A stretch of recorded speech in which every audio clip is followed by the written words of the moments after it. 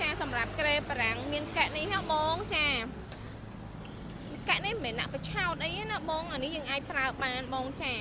គឺស្អាតណាបងចាហើយម៉ូតនេះគឺបងអូនលក់ដាច់ដែរណាបងចាជាប្រភេទឈើសក្រំមកបងម៉ូតនេះចាស្អាតយើងមានឆ្លាក់ជើងបងចាស្អាតខ្លាំងមែនទែនម៉ូតនេះចាបងថា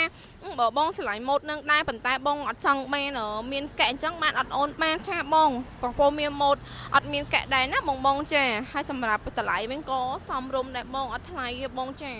ហើយធានាជូនឲ្យសាច់ឈើចេញពីខាងបងអូនទៅគឺបងអូនធានាជូនឲ្យណាបងចាបងខ្លាចថាសាច់ឈើអត់ស្អាតធានាជូនឲ្យបងចង់មើលឈើឆៅក៏បានបងអូនមានឈើឆៅសម្រាប់ឲ្យបងមើលបើសិនជាបងអត់ប្រញាប់ទេបងអាចមើលឈើឆៅ